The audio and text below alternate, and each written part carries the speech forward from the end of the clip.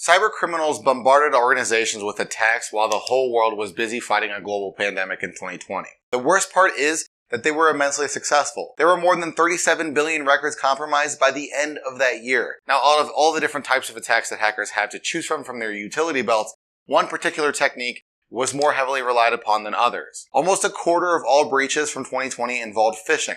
75% of organizations across the globe admitted to experiencing a phishing attack in 2020. After hearing those statistics that I've given you thus far, it's hard not to get worried about your organization from a cybersecurity standpoint. But I'm not done. I have one more for you. A Stanford University study found that almost 90% of data breaches happen from mistakes made by employees. Now, I didn't just throw that statistic in there to pit you against your team. You should trust your employees. If you don't, you'll quickly head down the path of creating an ineffective work environment where your team doesn't have any motivation because they have so many safeguards placed on them that they don't have any individuality at their job. Instead, what I'm trying to point out is that operating your modern day organization also means that you have to ensure you're mitigating as much risk as possible from a cybersecurity standpoint. But how do you mitigate the operating risk of your employees?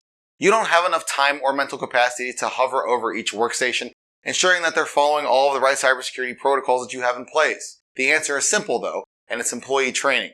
More specifically, phishing training. The next question though then becomes, what should that phishing training look like? Hi everyone, I'm Matt from eTactics, and today I'm going to give you 5 must-have features that your phishing training needs to include. But before we get started though, make sure you subscribe to our YouTube channel by clicking the button below. While you're down there, hit that alert bell icon next to it as well, so when we post new helpful content, you get notified.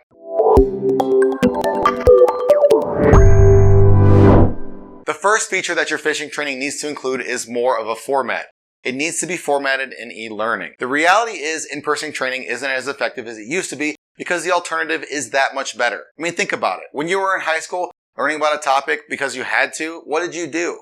If you're like most adolescents, you spent your time daydreaming about what you could be doing instead. To further prove my point, a Gallup survey had high school students select the top 3 adjectives that described how they felt about their education. The word chosen most often was bored. Anyway, if your training is in person, there's a high chance that giving a similar survey to your team after it's over will produce similar results.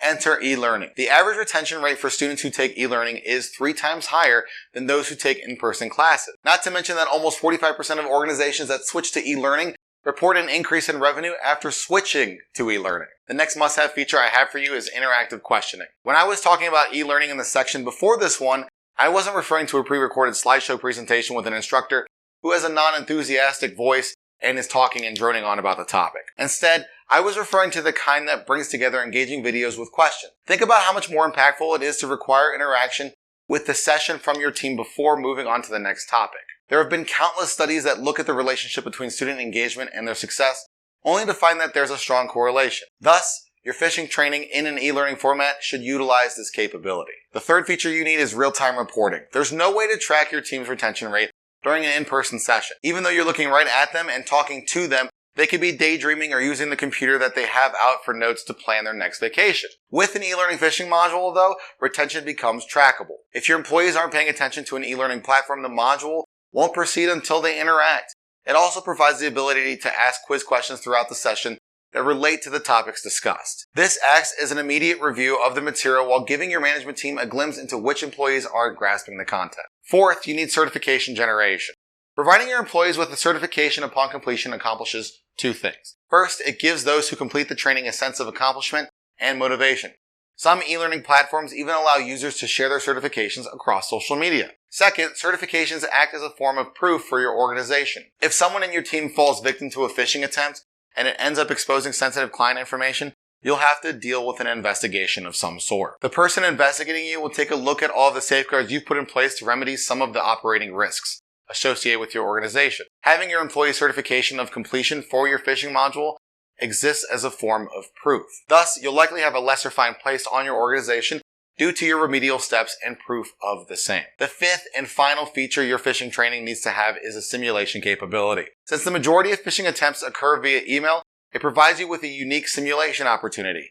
You see, you can take your employee training a step further by sending your team a fake phishing attempt and gauging the actual real-time results. If your team clicks the link, then they're presented with the training module. If they don't fall for the simulation's trick, they're staying attuned to what you taught them in the past. Of course, the best part about phishing simulations is that it provides you with another level of important statistics about your employees. Once it's complete, you're able to see who would have fallen for a similar scheme if it was a real-world situation. Since phishing is one of the most used techniques that hackers rely on, you have no choice but to train your employees on it. However, purchasing the first module you come across and sending it en masse to your team isn't the solution. The statistics from earlier prove that, but I'll reiterate it.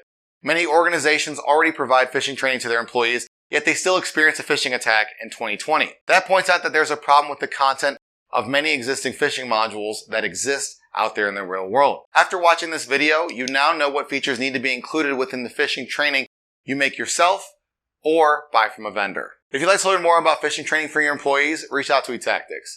And you already made it this far into the video, so you might as well like it, share it, and comment below. What are you waiting for? Subscribe to our YouTube channel.